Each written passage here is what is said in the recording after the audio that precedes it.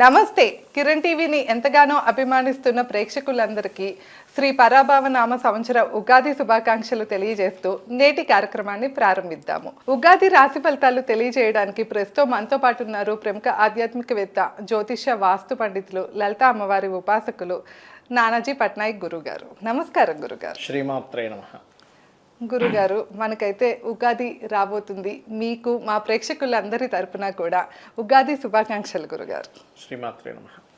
మన ప్రేక్షకులందరికీ కూడా ఉగాది శుభాకాంక్షలు తెలియజేసుకుంటున్నాను. అమ్మవారి యొక్క అనుగ్రహం కూడా పరిపూర్ణంగా కలగాలని మనస్ఫూర్తి కోరుకుంటున్నాను. గురుగారు, మీన రాశి వారికి ఈ ఉగాది తర్వాత ఎలా ఉండబోతుంది గురుగారు? ఫస్ట్ ఆఫ్ ఆల్ ఏంటంటే ఇక్కడ ఉగాది అనగానే మనం చూసుకునేది ఫస్ట్ పంచాంగం ఓపెన్ చేసి ఆదాయము, వ్యయము, రాజ్యభుజ అవమానాలు చూడటం మనకు ఫస్ట్ నుంచి అలవాటు. అవును. అయితే కొంతమంది చూసి ఆనందపడతారు, కొంతమంది అయ్యో ఇంత తక్కువ ఉంది అనుకుంటారు. కానీ ఇక్కడ మనం అర్థం చేసుకోవాల్సింది ఏంటంటే దాన్ని ఎట్లా సెట్ చేసుకోవాలి. మనకు చూడండి, ఒక రిపోర్ట్ తెచ్చుకున్నాం, స్కానింగ్ రిపోర్ట్. ఇది ఇలా ఉంది అని తెలుసుకోవడానికి తెచ్చుకుంటామా, దీన్ని మళ్ళీ ఏం తినాలి, ఏం ట్యాబ్లెట్ వేసుకుంటే అది ఇంప్రూవ్ అవుద్దని తెలుసుకుంటామా రిపోర్ట్? అంతే కదా. ప్రోగ్రెస్ రిపోర్ట్ అయినా అంతే, నీకు ఇంత మార్కులు తక్కువ వస్తున్నాయి, నువ్వు దీన్ని ఇంప్రూవ్ చేసుకొని చెప్పడానికి. అట్లాగే మన మీనం వారికి చెప్పాలంటే ఈసారి బాగానే ఉంది. అంటే 14-11 అంటే ఆదాయం 14 అయితే వ్యయం 11 ఉంది.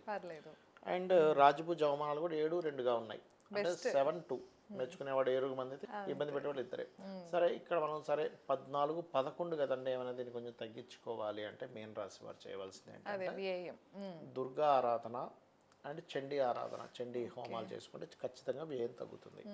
ఇక మిగతా అంశాలు, మిగతా గ్రహాలు ఎలా ఉన్నాయి, ఎందుకంటే వీళ్ళకి లగ్నంలో శని, 12వ స్థానంలో రాహు నవంబర్ వరకు, అండ్ 6వ స్థానంలో కేతు, 6వ స్థానంలో ఉండే కేతు 5వ స్థానానికి వస్తాడు, అండ్ జూపిటర్ 4థ్లో ఉండే వ్యక్తి 5కి వెళ్తాడు. సో వీటి మూలంగా మిగతా 12 భావాలకు సంబంధించిన విషయాలు ఎలా ఉండబోతున్నాయి అనేటువంటి అంశాలు చెప్తుంది నేనైనప్పటికీ, చెప్పిస్తుంది ఈ సాక్షాత్ లలిత అమ్మవారిగా భావిస్తూ ఆ లలితాంబిక అమ్మవారి యొక్క అనుగ్రహం పరిపూర్ణంగా కలగాలని మనస్ఫూర్తి కోరుకుంటూ, ఫస్ట్ ఆఫ్ ఆల్ ఏంటంటే మీనరాశి వారికి ఏలినాడు శని జన్మంలో జరుగుతుంది. సో జన్మ శని అనగానే ప్రతి ఒక్కరికి అమ్మో నాకు ఏలినాడు శని నడుస్తుంది, నాకు ఏది కలిసి రాదు, ఫస్ట్ ఇది మైండ్లో ఉంటుంది, తీసేయాలని చెప్తాను.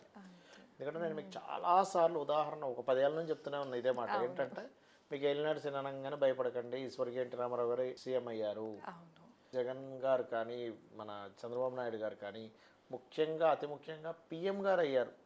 ఏలినాడు శనిలోనే ఆయన పిఎం అయ్యాడు నరేంద్ర మోడీ గారు. అర్ధాష్టమ శనిలో 3వసారి ఆయన కంటిన్యూ అవుతున్నాడు. కాబట్టి ఇది కాదు అసలు, ఇది కేవలం మీకు శ్రమ ఇస్తుంది అంతే, సక్సెస్ని ఎక్కడ ఆపదు అని నేను పదే చెప్తున్నా. అది ఎందుకు చెప్తున్నా అంటే ఫస్ట్ ఆఫ్ ఆల్ మనం అసలు అక్కడ ఉన్న నిజం తెలుసుకోవాలి. ఎంతసేపు ఏలినాడు శని ఉంది మీకు ఏమీ కలిసి రాదనుకోవడం చాలా ఈజీ. అయితే ఇక్కడ ఏంటి అంటే శని ఎప్పుడైనా రాశిలో ఉన్నప్పుడు మనకి నెగ్లిజెన్స్ ఇస్తాడు, స్లో సర్లే పోదాంలే. ఇప్పుడు ఎగ్జాంపుల్ ఒక 10 రోజుల తర్వాత ఎగ్జామ్ ఫీజు కట్టాలి, ఇప్పుడు కట్టేస్తే అయిపోతుంది, 10వ రోజు దాకా ఆపుతాడు. ఆ 10వ రోజు మనకేదో పడి మర్చిపోతాం. అర్రే అంటే ఏంటి, మనం నెగ్లిజెన్సీ చేయడం, లేట్ చేయడము, సర్లే చూద్దాంలే అనుకోవడము, ఇవి మనల్ని కోపముంచుతాయి. ఎందుకంటే మనకి ఏ ప్లానెట్, ఎటువంటి ప్లానెట్ మనకి రాశిని కానీ సంబంధం కలిగి ఉంటే మన మైండ్ సెట్ అలా ఉంటుంది. చంద్రుడి మనసుకు కారకం, మన మనసుకి ఏం తోచితే చేస్తాం. చూసారా, పాటలు వినాలనిపిస్తుంది అనగానే పాటలు వింటాం, లేకపోతే ఏదో జ్యూస్ తాగాలనిపిస్తుంది అంటాం, స్వీట్ తినాలనిపిస్తుంది అంటాం, ఐస్ క్రీమ్ తినాలనిపిస్తుంది అంటాం, ఏదో తినాలనిపిస్తుంది అండి వేడివేడి, కానీ ఇంట్లో ఏదో అమ్మ ఏదో చేస్తుంది, ఏదో కారం నోట్లో వేసుకుంటే ఏంటి మనసుకు సంబంధం. ఎప్పుడైతే ఈ శని రాశిలోకి వచ్చి కూర్చున్నాడో ఇదేం చేస్తుందంటే బద్ధకం, సరే తర్వాత చూద్దాంలే, తర్వాత చేద్దాంలే, ఏం కాదులే, ఇవి ఇస్తుంది. వీటికి మీరు దూరంగా ఉండగలిగితే, వీటిని మీరు అవాయిడ్ చేయగలిగితే ఏలినాడు శని మిమ్మల్ని ఏమీ చేయలేదు. ఇంకా వీళ్ళకి ఫినాన్షియల్గా ఈ సంవత్సరం జూన్ నుంచి చాలా అనుకూలంగా ఉంది. డోంట్ వరీ, కొత్త పరిచయాలు ఏర్పడతాయి, కొత్త ప్రయత్నాలు కూడా సక్సెస్ అవుతాయి. గతంలో ఏవైతే చిన్న గొడవలు అవుతాయి మనకి ఎవరికైనా కూడా, ఆ గొడవలు క్లియర్ చేసుకోవడం జూన్ నుంచి చాలా బాగుంది. అయితే వీళ్ళు ఇంకొక తప్పిదం ఏం జరుగుతుందంటే, ఇక్కడ లగ్నంలో శని, 12లో రాహువు, 4లో గురువు ఉన్నందుకు జూన్ వరకు వీళ్ళు ఏదైనా ఒక ప్రాపర్టీ కానీ, వాహనం కానీ, లేకపోతే ఇంకేదైనా కోర్సెస్ కానీ తీసుకునేటప్పుడు ఓవర్ కాన్ఫిడెన్స్తో ఎక్కువ తీసేసుకుంటారు. అంటే ఒక 2 కోట్ల రూపాయలు అపార్ట్మెంట్ తీసుకునే స్తోమత ఉందనుకోండి, ఎందుకు మనం మంచిగా అక్కడ పోతే 7 CR ఉంది తెలుసు, చాలా బాగుంది, ఎందుకు మరి దానికి బోల్డ్ అంతా మనీ కట్టాలి, ఇన్స్టాల్మెంట్ మంత్లీ ఒక 2-3 lakhs కట్టాల్సి వస్తుంది కదంటే ఏం కాదులే అని తీసుకుంటారు. కానీ తర్వాత అయ్యే సఫర్ ఎట్లా ఉంటుంది అనేది వీళ్ళు ఎందుకంటే ఏలినాటి శని నడుస్తుంది కదా, వీళ్ళు స్ట్రెస్ అవ్వాలి కదా, అలాగే డెసిషన్ తీసుకునేలా జరుగుతూ ఉంటుంది. ప్రాపర్టీస్, వెహికల్స్ అన్నీ తీసుకునే యోగం నడుస్తుంటుంది జూపిటర్ 4th హౌస్లో ఉన్నప్పుడు. కానీ రెండు తీసుకోవాలనుకోవడం, ఒక అపార్ట్మెంట్ బుక్ చేయడం కన్నా ఇంకో అపార్ట్మెంట్ కూడా బుక్ చేయడం, మళ్ళీ దానికి డబ్బులు కట్టడం కోసం అటు ఇటు పరుగులు పెట్టడం, ఫ్రెండ్స్ని అడగడం, లేకపోతే ఇంకోటి అడ్జస్ట్ చేసుకోవడం, ఓడీలు తీసుకోవడం, ఇవన్నీ చేస్తూ ఉంటారు. కాబట్టి ఓవర్ స్ట్రెస్ అయ్యేటువంటివి కూడా ఎక్కువ చేస్తారు. కాబట్టి ఇది బ్యాలెన్స్డ్గా చేసుకోవాలి ఇక్కడ వీళ్ళు. అండ్ జూన్ తర్వాత తీసుకునే నిర్ణయాలు కూడా మంచి నిర్ణయాలు అవుతాయి. కొత్త ఫ్రెండ్స్ ఏర్పడతారు. కాకపోతే ఫ్రెండ్స్తో రెండు రకాలుగా ఉంటుంది. ఎందుకంటే శని యొక్క ఎనర్జీస్తో, రాహు యొక్క ఎనర్జీస్తో గురువు అక్కడ ఉన్నాడు కాబట్టి ఆ ఎనర్జీస్ డిఫరెంట్గా ఉంటూ ఉంటాయి.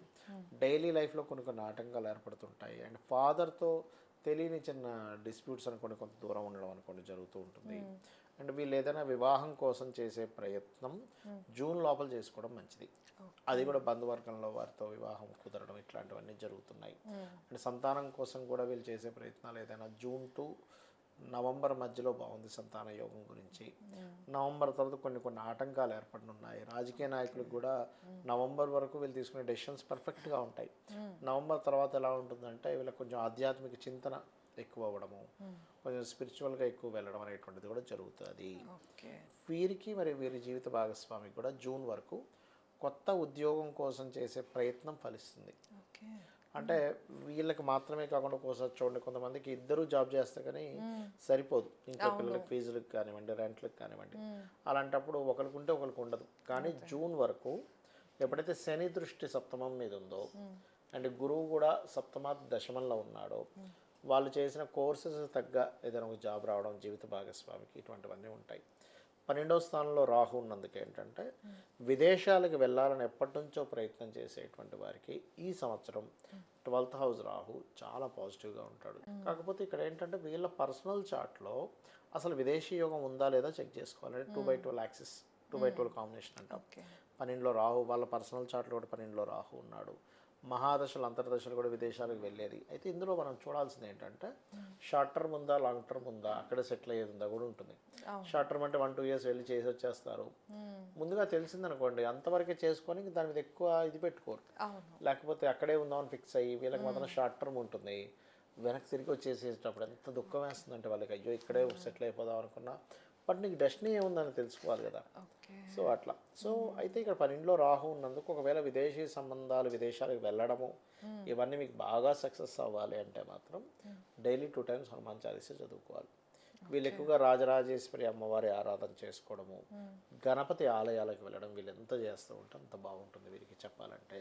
గురుగారు, ప్రస్తుత పరిస్థితి బట్టి ఈ సంవత్సరంలో ఏ రంగాల వారికి ఎలా ఉందంటారు? ప్రస్తుత పరిస్థితి కనుక చూసుకుంటే మనం నవనాయకాస్ తీసుకుంటామండి.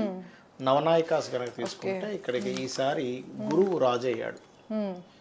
మనకి పోయిన సంవత్సరం రవి రాజైనందుకు, కేతుతో సంబంధం ఉన్నందుకు కొంచెం రాజకీయ నాయకులు లేకపోతే కొంతమందికి ప్రాణగండాలు ఇవి అనుకున్నాం, అదే రకంగా జరుగుతూ వచ్చాయి ఈ యుద్ధాల వల్ల.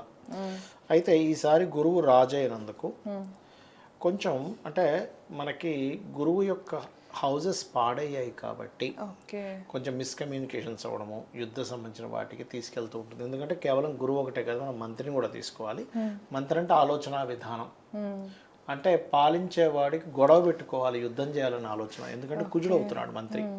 సో అందుకని ఏంటంటే ఎంతసేపు పరిపాలనా దక్షత, ఎంతసేపు కూడా మన శక్తిని చూపించాలి. మంత్రి అనేది పరిపాలనా దక్షత, ప్లానింగ్.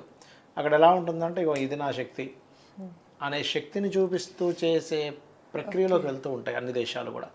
ఎలాంటి ఇప్పుడు యుద్ధం వచ్చినప్పుడు వాళ్ళ అణయాయుధాల శక్తి ద్వారానే ఇది పవర్ఫుల్ దేశం అని తెలుస్తుంది కదా.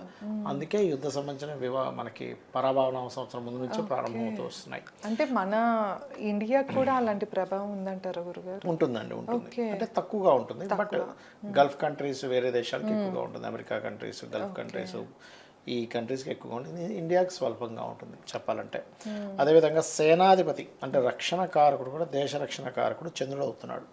కాబట్టి ఏంటంటే ఒక్కొక్కసారి దేశ రక్షణ సంబంధించిన విషయంలో కొంచెం చిన్నపిల్లల్లా వ్యవహరిస్తున్నారు ఏంటి అనేటువంటిది మనం చూస్తాం. అండ్ అలాగే మనకి సస్యాధిపతి అంటే మనకి క్రాప్స్ కనుక తీసుకుంటే ఇక్కడ కొన్ని పంచాంగాల గురువు ఇచ్చాడు, కొన్ని ఇట్లా శుక్రుడు ఇచ్చాడు. కాబట్టి ఏంటంటే పంటలు అయితే పండుతాయి, పండవని కాదు, ఎందుకంటే క్రాప్స్ కారకుడు ధాన్యాధిపతి కూడా బుధులవుతున్నాడు. సో దానివల్ల ఏంటంటే ఈ సంవత్సరం బుధగ్రహం కూడా ధాన్యాధిపతి అవుతున్నాడు కాబట్టి ఈ యొక్క ధాన్యం యొక్క రేట్లు విపరీతంగా పెరుగుతాయి అనేటువంటిది చూపిస్తుంది. అదేవిధంగా అర్ఘ్యాధిపతి అంటారు, అంటే ప్రైజెస్ కూడా చంద్రుడు అయ్యాడు కాబట్టి ఎలా ఉంటుందంటే ఇవాళ ఉన్న రేటు రేపు ఉండదండి. చంద్రుడు ఇది కదా, ఇవాళ ఉంది ఈ రేటు అనుకుంటే రేపు ఉండదు. అమ్మాయి ఇంత పెరుగుతుంది అనేసరి మళ్ళీ డౌన్ఫాల్ అవుతూ ఉంటుంది. ఒకరోజేమో అసలు ఇంకా ఇంతకంటే ఇంకా తగ్గదు రేటు అన్నట్టుగా ఉంటుంది, రేపు వచ్చేసరికి తగ్గిపోవచ్చు, పెరగచ్చు. ఎందుకంటే పెరగదు అనుకునేటువంటిది, ఎందుకంటే చంద్రుడు ఈజ్ ది మూమెంట్. ఒక రాశిలో 2.5 రోజులు ఉంటాడు చంద్రుడు. అలా ఉన్నప్పుడు ఏంటంటే దాని ఇది కూడా అంతే ఫాస్ట్గా పెరుగుతూ ఉంటుంది, అంతే ఫాస్ట్గా తగ్గుతూ ఉంటుంది. 15 రోజుల క్రితం ఒక రేటు ఉంటే 15 రోజుల తర్వాత ఇంకో రేటు హై లెవెల్లో ఉంటుంది. ఒకటేసారి అసలు ఎవడు కొనట్లేదు అన్నట్టుగా ఉంటుంది. ఇప్పుడు టమాటా బాగా రేట్ వచ్చింది అనగానే చూస్తే టమాటా ఎవడు కొండు, 2 రూపాయలు దొరుకుతుంది. ముందుగా చూస్తేనేమో 40 రూపాయలు, 50 రూపాయలు, 100 రూపాయలు అమ్మే టమాటా ఒకటేసారి 2 రూపాయలకి ఎందుకు పనికి రాకుండా పడేసాను అనేది వింటాం మనం. అలా ప్రతి వస్తువు విషయంలో ఎప్పుడైతే ఈ అర్ఘ్యాధిపతి అంటే ధరల కారకుడు ఎప్పుడైతే చంద్రుడు అయ్యాడో ఎక్కువ ఫ్లక్చువేషన్స్ ఉంటాయి, విపరీతంగా రేట్లు పెరుగుతాయి. అవి బాబా ఏమిటి రేట్లు అన్నట్టు కూడా చూస్తాం చాలా విషయాల్లో. ఎందుకంటే చంద్రరాశిలో గురువు వస్తున్నాడు, అందుకని ఏంటి మార్కెట్లో రేట్లు మీరు గమనించండి. మీరు నెక్స్ట్ గురువు ఎప్పుడైతే 6 నెలల నుంచి మారుతున్నాడో అక్కడ ఏమైపోద్దంటే మీకు అసలు 6 నెలల దాకా అక్కర్లేదు, మిథునంలో ఉన్నప్పుడే ఆల్రెడీ 15 డిగ్రీలు దాటిపోయాడు కాబట్టి దాని ప్రభావం, ధరల యొక్క ప్రభావం విపరీతంగా ఉంటుంది. అండ్ అలాగే మేఘాధిపతి చంద్రుడు అవుతున్నాడు, అంటే వర్షాలు కురిపించే కారకుడు చంద్రుడు అవుతున్నాడు కాబట్టి ఇది ఎలా ఉంటుందంటే ఒకటేసారి మనం గత వీడియోలో కూడా చెప్పాం, యుద్ధ మేఘాలు కనిపిస్తాయి. అదేవిధంగా ముసురు పట్టుకుంటే 10-15 రోజులు అలా వరుసగా ముసురు పట్టు మంచి వర్షాలు పడతాయి, అందులో ఎటువంటి డౌట్ లేదు. అండ్ రసాధిపతి ఈజ్ శని అవుతున్నాడు యాక్చువల్గా. సో పాలు, నెయ్యి, నూనె, వంట సంబంధించిన పదార్థాలు, లోహాలు ఇవన్నీ ఏంటంటే రవికి శనికి ఇద్దరికి వచ్చింది. బట్ రవికి కొన్నిట్లో చూపిస్తే కొన్ని శని చూపిస్తున్నాడు. బట్ మనం న్యాచురల్ అంటే నేను క్యాలిక్యులేషన్ చేశాను యాక్చువల్గా ఎవరు అవుతున్నారు అని చెప్పి చూసుకుంటే కనుక అక్కడ ఎక్కువ శనికే వస్తుంది. శనికి వస్తుంది కాబట్టి ఈ శని ఎప్పుడైతే గురువు యొక్క రాశుల్లో ఉన్నాడో చెప్పాలి అంటే కొన్ని పదార్థాలు 2 రకాలుగా అంటే ఒక్కొక్కసారి నాణ్యత తగ్గి అమ్మడం కానీ ఇట్లాంటివి ఉంటాయి. చెప్పాలంటే నాణ్యత విషయంలో లోపం వచ్చింది అనేటువంటిది మనం ఎక్కువగా వింటూ ఉంటాం. నీర్సాధిపతి అంటారు, అంటే బంగారం, వెండి ఇటువంటివి చూసుకుంటే గురువే అయ్యాడు ఈసారి నీర్సాధిపతి కాబట్టి వీటి రేట్లు కూడా బ్రహ్మాండంగా పెరగనున్నాయని చెప్పి చూపిస్తుంది. అయితే మీరు రంగాల వారికి సంబంధంగా కూడా కొన్ని అడిగారు, దాని రకంగా కూడా చూసుకుంటే ఫస్ట్ ఆఫ్ ఆల్ ఏంటంటే మనకి ఈ సంవత్సరం ఈ కమ్యూనికేషన్స్ లేకపోతే ఈ ధాన్యం అమ్ముకునే వాళ్ళకి అంటే ఒక రీటైల్ షాప్స్ లేకపోతే వీళ్ళకి గ్రెయిన్స్ సంబంధించిన వాటికి మాత్రం చాలా బాగుంటుందని చెప్పుకోవచ్చు. భూమి రేట్లు కూడా బాగా విపరీతంగా పెరుగుతాయి, భూమి రేట్లు అందులో ఎటువంటి సందేహం లేదు. రియల్ ఎస్టేట్ ఈ రంగాల్లో ఉండే వారికి బాగా పెరుగుతుంది. అండ్ వ్యవసాయ రంగాల్లో ఉండే వారికి కూడా చక్కగా వాళ్ళకి మంచి పెరుగుతుందని చెప్పుకోవచ్చు. ఈ సంవత్సరం అధిపతి గురువు అయినందుకు ఆ గురువు యొక్క రాశులు పాడైనందుకు కొంత పీఠాధిపతులకి, పండితులకి వీళ్ళకి కూడా ఎక్కువ ఇబ్బందులు ఉంటాయి. పోయిన సంవత్సరం మనం ఆల్రెడీ ప్రిడిక్ట్ చేసాం, పోయిన సంవత్సరం అది మొన్న జరిగింది. ఇది ఈసారి గురువు అయినందుకు దాని ప్రభావం ఇంకా ఎక్కువగా ఉంటుంది. కాబట్టి ఎవరైనా ఎక్కడైనా ఎటువంటి యాక్షన్, ఎటువంటి మాట మాట్లాడేటప్పుడైనా సరే 1-4 సార్లు ఆచితూచి అడుగు వేయాలి, అడుగు వేసి మాట్లాడాలి అని చెప్పి తెలుస్తుంది. విద్యార్థులకి కొత్త విద్యలు ఇంకా కొత్త టెక్నాలజీలు వచ్చేటువంటి ఛాన్సెస్ ఎక్కువగా కనిపిస్తున్నాయి. Because of Jupiter is in Cancer సైన్లోకి ఎంటర్ అవుతున్నాడు కాబట్టి అసలు మనం ఊహించాం ఇంత టెక్నాలజీ, ఇంత డిఫరెంట్ విద్యలు కూడా వస్తున్నాయా అనేటువంటిది. ఇంకోటి ఏంటంటే ఈ సంవత్సరం మీరు గమనిస్తే కనుక బ్లాక్ మ్యాజిక్స్ ఎక్కువ జరుగుతాయండి. ఈ సంవత్సరం విపరీతమైన బ్లాక్ మ్యాజిక్స్ జరుగుతాయి. సాధన చేసే వాళ్ళు ఎక్కువ మంది, నేర్చుకునే వాళ్ళు పెరిగిపోతారు, చేసేవాళ్ళు పెరిగిపోతారు. ఇదేమిటారు బాబు ఇలాంటి విద్యలు ఎక్కువైపోయాయి అనేటువంటిది మనం ఖచ్చితంగా చూస్తాం. బ్లాక్ మ్యాజిక్స్ ఎక్కువయ్యేటువంటి సంవత్సరం ఇదంతా కూడా. వీటికి ఏమైనా పరిహారం ఉంటుందా గురువు? ఒకటేనండి, మనకి శాస్త్రంలో ఏంటంటే లలితా సహస్రనామాల్లో పంచప్రేతాసనాసీన పంచబ్రహ్మస్వరూపిణి చిన్మయీ పరమానంద విజ్ఞాన గణరూపిణి అనే మంత్రం చేసుకోవడం మంచిది. ఇక రెండవది ఏంటంటే గోవులకి గోసేవ చేయడము, చండీ పారాయణం చేసుకోవడము, ఓం దుమ్ దుర్గాయ నమః మంత్రం లేకపోతే ఓం చండికాదేవి అనే నమః అనే మంత్రం. ఇటువంటి బ్లాక్ మ్యాజిక్ మనకు రాకుండా ఉంటుంది. లేదా హనుమతి యంత్రం అని ఉంటుంది, హనుమతి యంత్రాన్ని పెట్టుకున్నా సరే రాదు. ధన్యవాదాలు గురు. శ్రీమాత్రే నమః.